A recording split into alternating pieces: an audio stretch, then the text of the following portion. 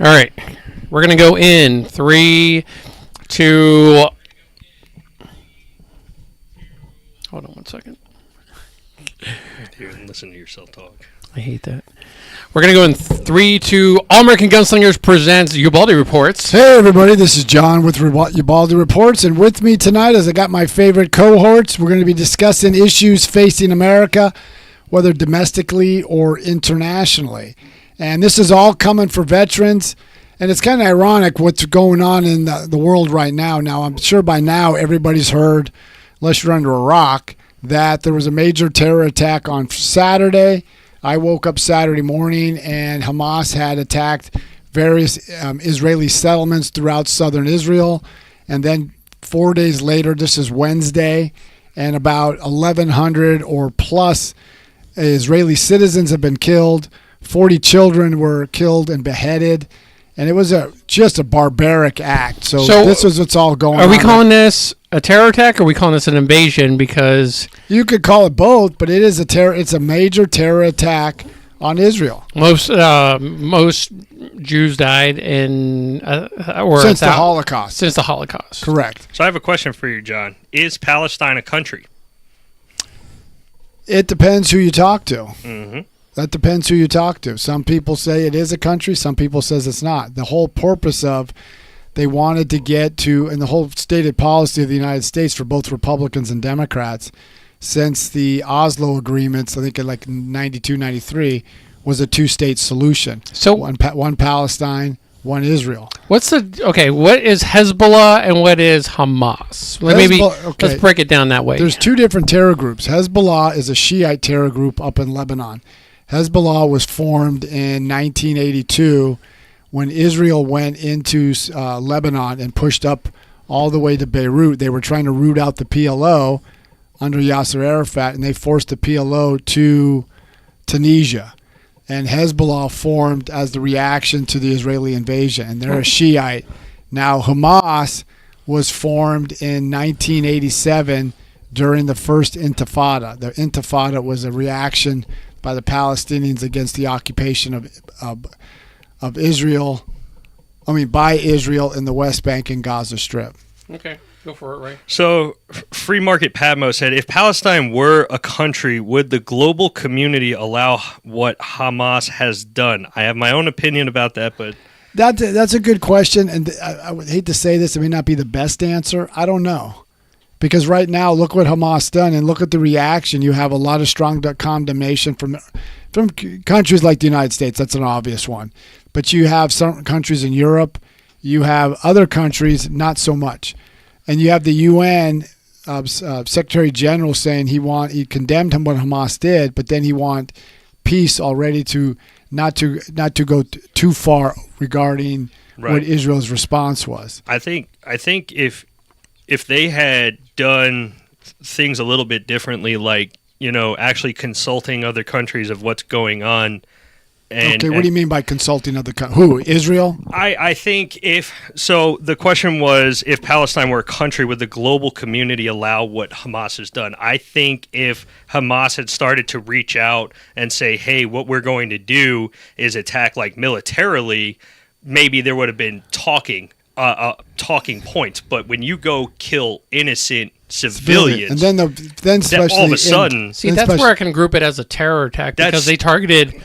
That's no longer military. They targeted a festival. They targeted civilians. It is a terror attack. That's been classified that. So it is a terror attack. I think even if Palestine was a country and they did do exactly what they just did, no, I don't think anybody would have allowed it to happen anyway. But see, the whole thing goes back. This is a very complex situation right now. Hamas being a Sunni terror group and Hezbollah being a Shiite terror group, they get all their funding from Iran and a little bit from the international community. Now, you got to remember, Hamas controls, well, at least until recently, controls the Gaza Strip. The Palestinian Authority is over in the West Bank. Yeah. The Palestinian Authority did once control or be in charge of the Palestinians in the Gaza Strip up until 2006. What happened is, as reprehensible as Hamas is, Hamas provides services, hospitals, clinics, jobs, things like that. The Palestinian Authority under Mahmoud Abbas is very corrupt. Yes. It's just like almost what we faced in Afghanistan, where they have the Taliban and then the Afghan government. Afghan government, if you you want to get a business started, you got to give the government $5,000 to the Taliban. Okay, go set your business up. They were very efficient and got things done. So even though they're reprehensible. What's their 401k? But a lot, but I'm just saying, like, this is the terror group. Grab pockets. Well, yeah, but it's setting up. You're setting up like an organization. So I thought, like, if you tell me terror group, I'm thinking it's a bunch of guys just hanging out in a warehouse somewhere. A lot of these terror groups are very well financed and very well organized and led. Now, in 2015, when President Obama signed the Iran nuclear deal, he lifted a lot of the sanctions and gave economic relief. Hezbollah was, this is the terror group in Lebanon, was virtually fiscally bankrupt, and personally, the personnel were bankrupt because their fighters had got decimated in the Assyrian civil war. So then when hold on, Ray. The deal went through, money flowed to Iran, and they took that money and gave it to Hezbollah and Hamas. Trump came along, cratered the energy market, so energy was trading at like $30 or $40, between $30 and $40 a barrel, and he put crippling sanctions on Iran. Iran was really financially struggling until President Biden came along. Okay, so not too recently, the administration made this deal trading prisoners for money. Correct. So we just handed over $6 billion correct to Iran, and Iran has been known to fund or support Hamas. Correct. So did America, in a sense, support or kind of aid or fund this? Okay, on that money that what you're talking about, giving $6 billion to return, I think 5 or 6 hostages. That money that was frozen in a South Korean bank. It went to Qatar. It's still in the bank. The Iranians haven't used it yet. But what people need to understand, also, the Iranians know they're getting $6 billion. So if I give you're spending, let's say, $6 billion on one thing, but you know $6 billion is coming, you have more freedom, more latitude to spend that money in other areas because you know you're getting that money. So before we get back over to Ray's question, so prior, like during the Trump administration, Jared Kushner was kind of working these peace deals the Abraham's Accord. Yeah. So are those just out the window now? That since Israel has kind of taken up arms and is just like we're taking care of business. We don't know yet because the Saudi Arabia and the Gulf states. What they say openly is different what they say behind the scenes. We don't know yet. Mm-hmm. The Palestinians have always been a thorn, even in the Arab side, but they still back the Palestinians. So in this case, we don't know how long term this goes. Now, right now, you potentially have a 3-front war because you have Hezbollah in the north, you have Syria and other Iran-based terror groups in Syria, and then you have Hamas and Gaza all attacking Israel in a 3-front. Okay, but going on that, so this is some lore, maybe even legend. I know you probably heard it as a Marine. I heard it as a Marine, is that Israel is like a supreme fighting force. Like if the Marines could say who's better than them, they would definitely be saying like it's the Israeli army. Israeli army is a very premier force. And took a blow, for the longest time, there has been a lot of attacks on Israel, and because of America saying, "Hey, Israel, can you not do this?" And considering the current administration, Israel's off the leash, and it's almost been talked about that if you let Israel go, they're going to do a clean sweep right through the Middle East. Well, because right now, before when Israel and Hamas fought, it was always like border skirmishes, a couple rockets come in, Israel sends something back. It was always a tit for tat. Mm-hmm. This one's different. Even if the United States wanted to, and I don't know what this said behind the scenes, wanted to tell Israel to knock it off, to say you can't do this, and that. The question I would say, Israel only has a population of 8 million people, 8 million, maybe close to 9. They lost over 1,100 to almost 1,200 people. That would be equivalent to us losing 25,000 in one day. So the question and I said this on a radio show, how would we respond if Mexican drug cartels would have came into the United States, killed 1,200 American citizens, killed 40 infant children, beheaded those infant children, raped, burned alive elderly personnel and other citizens, randomly shot 250 young people at a music fest for peace. Unarmed. How do you think the United States or any nation would respond? That's what Israel's going through right now. So I don't think that they're going to listen to the United States, but the United States has always had, at least under this administration and even under the Obama administration, a very contentious relationship with Israel and even some of the Gulf states because they've been trying to push this Iran nuclear deal. So Wolverine Element said... Wolverine Element? Oh, I'm sorry. Wolverine Element said Israel has been conducting a systemic ethnic cleansing for the last 75 years against Palestinians. I would disagree with that assessment because Israel became a nation in May of 1948. Up until between 1948 and 1967, the West Bank was controlled by Jordan. The Golan Heights was controlled by Syria. The Sinai and the West Bank were controlled by Egypt. There was no talk of a Palestinian homeland then. And in 1948, when Israel became a nation, there was a partition. Israel had a homeland. The Palestinians had a homeland. The Palestinians rejected it, and 7 Arab armies went to conquer Israel. Now, I read this morning, just to catch my facts up, I read the Hamas charter. It says present-day Israel, is the homeland for the Palestinians. And they would want to eradicate every Jew. And they did what they did going by their charter. So you can say there's a lot of things I disagree with Israel has done in the past, especially in the West Bank with settlement issues and some of there's other kind of things I disagreed with. But something like this, tell me where Israel came in and slaughtered 1,200 people in one day. Tell me where Israel came in and took 40 Palestinian babies, killed them, and then beheaded them. Tell me where Israel came in and took women who were like an elderly woman who was too infirm to be moved, burned her alive in their house. Or they kidnapped women, children. So tell me where that happened. So question here is that, it's the same thing as if like between Ukraine and Russia. If Trump was in office or the previous administration was in office, would this have happened? That's, hindsight is 20/20. I don't think so by going by this. Trump was very unpredictable. Every world leader has said it. He was very but when he did act like he killed al-Baghdadi. And it's ironic that when president of China was at Mar-a-Lago for a dinner, I love this move. He turned to him, "Excuse me, President Xi, I just launched missile strikes to kill al-Baghdadi." He killed Qasem Soleimani. He told the Iranians, "You do this, this is what's going to happen to you," and did it.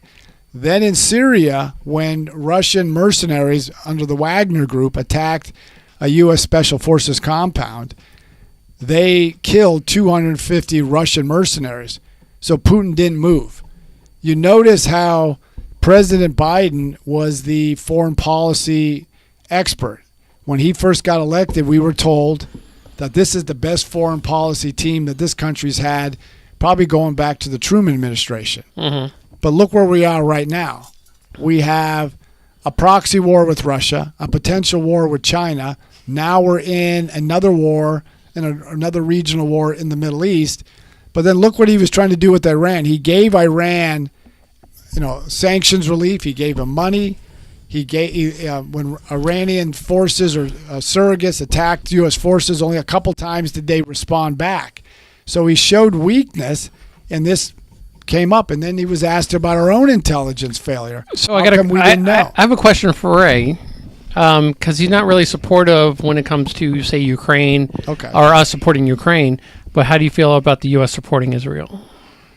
So the United States and Israel has always had an ally. When you start talking about innocent people, there's a little bit more of a change, especially when they've been mercilessly slaughtered at the hands of terrorists. So, I mean, in this pursuit, I feel like it's necessary to go get the job done and set a freaking plan, get it in place, and act accordingly on it. But how awesome would it be for your Marine? You're hanging on the Gerald Ford. You're sitting in the Mediterranean, and you're just waiting for that call. We all know what the Gerald Ford we means. all want that. We want that. We want that call to be like, hey, would you guys like to fight next to the Israelis? To go back to what you're saying, it's definitely different than the Russia-Ukraine. I mean, really, the Ukrainian country has really nothing but problems for the United States. We've invested a lot of money. We all know it's a money laundering country, yet we still invest money into it. We're continuing to provide arms for the front lines.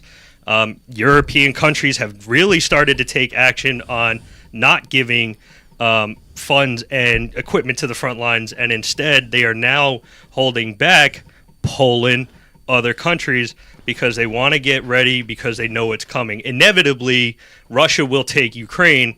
It's how much we're going to push back against Russia, and we've done a good job. That could be another time for another podcast. Okay. But going back to what you said earlier, this is what I've said on a TikTok post that's going to be posted tomorrow.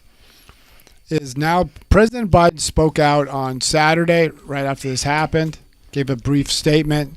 He also spoke out yet on Tuesday or yesterday, and the question is, how would he react? Because right now, State Department just released 24 Americans were killed. We still do. They think there's 20 missing, but we don't know if they're killed, if they're somewhere else, or how many Americans are held captive by Hamas. And that threat was devastating as well. Now the question for President Biden: how is he going to respond if they start killing American citizens and they live stream the video of the killing? Because they did that to those Israelis that they killed in southern Lebanon. How is the president going to respond? He's not going to react. But that's I think whatever he does. But that's where he's going to have to do things and react to things. Because right now, the president spoke on Saturday, Tuesday, and I think he spoke today. But he doesn't hold press conferences. You can't ask him a question.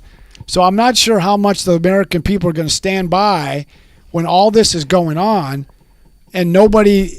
He's just standing around while the world burns, right? Well, am I the only one? Because we have Taiwan, we have Ukraine, and we're having Israel right now, and he's just like, how can you even get mad? His bedtime's in 12 minutes. His bedtime was an hour ago. But the point is, there's some decisions now because of what's going on. If this becomes a regional conflict, there's 3 choke points in the Middle East that are world economic choke points. There's the Straits of Hormuz, there's the entrance into the Red Sea, and there's also the Suez Canal. If any of those get disrupted, especially the Straits of Hormuz, if Iran says, I'm going to punish the world because of this, that sends energy costs have gone up. How is the president going to respond, considering he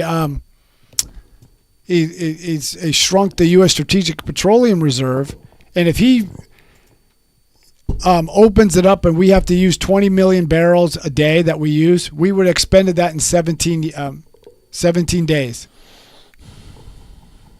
So, Ray, what kind of questions are we getting off TikTok? So we went back to the Ukraine. We started talking about the Ukraine, but something that I wanted to go back and talk to because it kind of caught my attention by Hobart Ball 8 is Hamas didn't get them Colts from Walmart. And there's something that I saw that a couple Republicans are actually taking to accountability.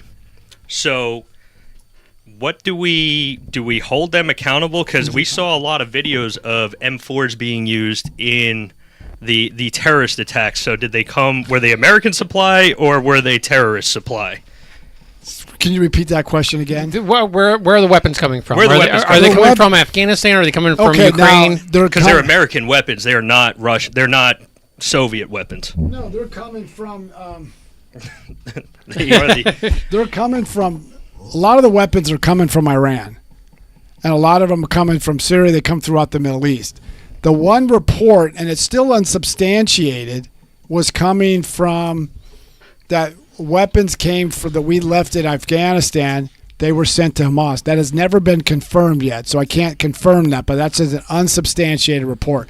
But Iran does send a lot of weapons shipments to Hamas. All the rocket launcher, all the small arms, all the sophistication, and Iran did coordinate with Hamas, Hezbollah, and Islamic Jihad in Lebanon.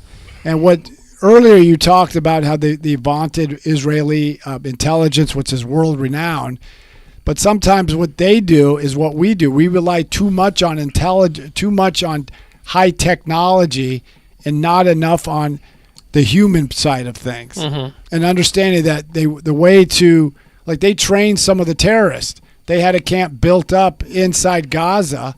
They trained the terrorists, but they never told them what they were training them for, so they wouldn't have leaks.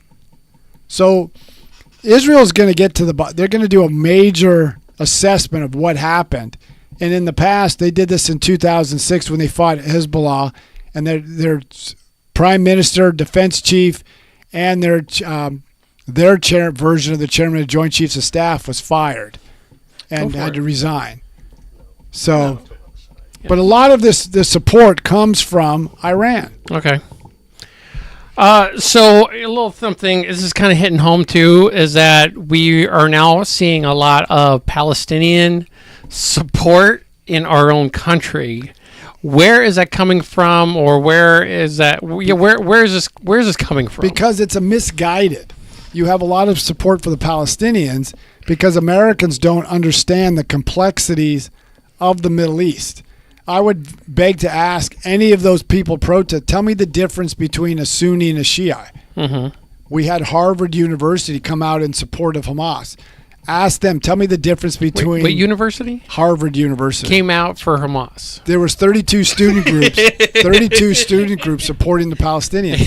But ask people right now, explain to me what's going on in the Middle East. Explain to me the history of the Middle East. Explain how these countries were formed, how they were organized. And most people, I would say 9 out of 10 people couldn't. Mm-hmm. Because we only see one aspect of it, and they see the big vaunted Israel picking on the poor little Palestinians, but even the Arabs, even though they started it, this was different. Look, if Cody, who is a little bit different in size, then starts a fight with me and I annihilate him, I'm sorry, but you threw the first punch. But see, a lot of people aren't going to see it that way. I do love you, Cody, though. They just see a big guy picking on a little guy. But this one was different.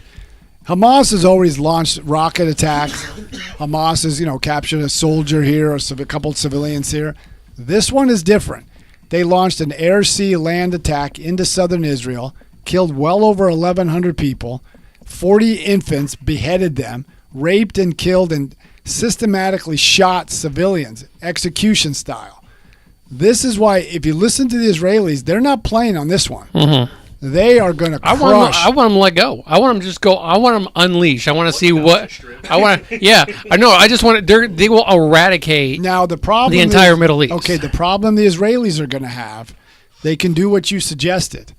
The question becomes is, how far do they go? Do they eradicate Hamas? And once they eradicate Hamas, who takes over the governing of the Gaza Strip?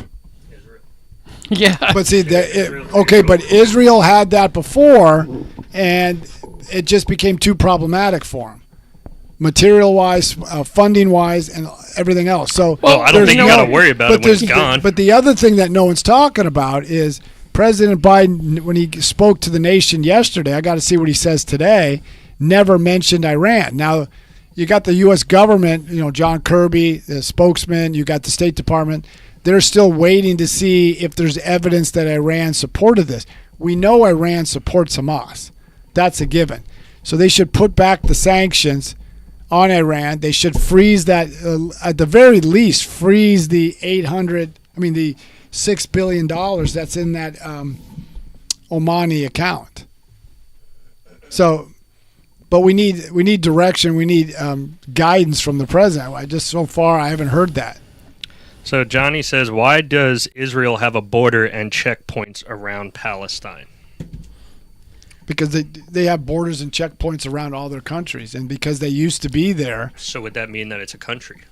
That goes back to the first question. It goes back. I think we're playing schematics. It's a country. It's not. But they gave them self-governing, and they still because like it all comes down to the whole question. If you believe in Palestine as a country, do you believe Israel has the right to exist? That only was changed over the last few years. A lot of the Arab countries are now supporting Israel's right to exist. Hamas doesn't support that. Hezbollah doesn't support Israel's right to exist. Tehran doesn't support Israel's right to exist. So if you're going to give Palestinians state, that was the whole two-state solution. That would solve the problem. The Palestinians get a statehood, and the Israelis have their own country. But Hamas clearly doesn't want a two-state solution, and nor do they want, or Iran want, peace between the Arabs, Israelis, because they know that's going to be a bulwark against them. So I have a question for. Okay. So I have a question for you because I think we're starting to talk about two different religions, two outlooks.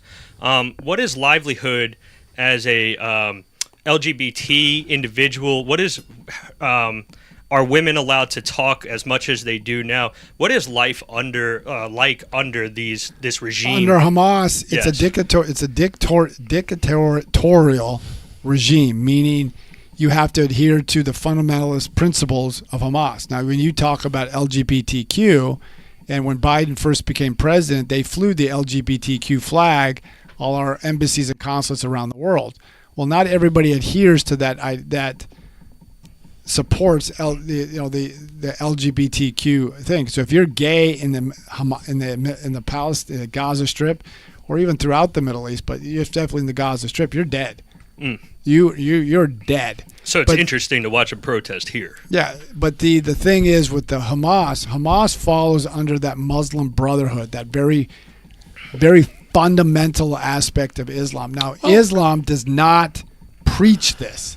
When they talk about a jihad, like the Islamic jihad means holy war in Islam, but Islam doesn't preach killing innocent people. What it means, if we get to this point, is what that means. A jihad is an internal struggle among one's own self, not to go after and kill somebody for the good of Islam. That's not what Islam preaches. So when it comes to LGBTQ, where does Israel stand? Israel's very open about LGBTQ issues. That's weird.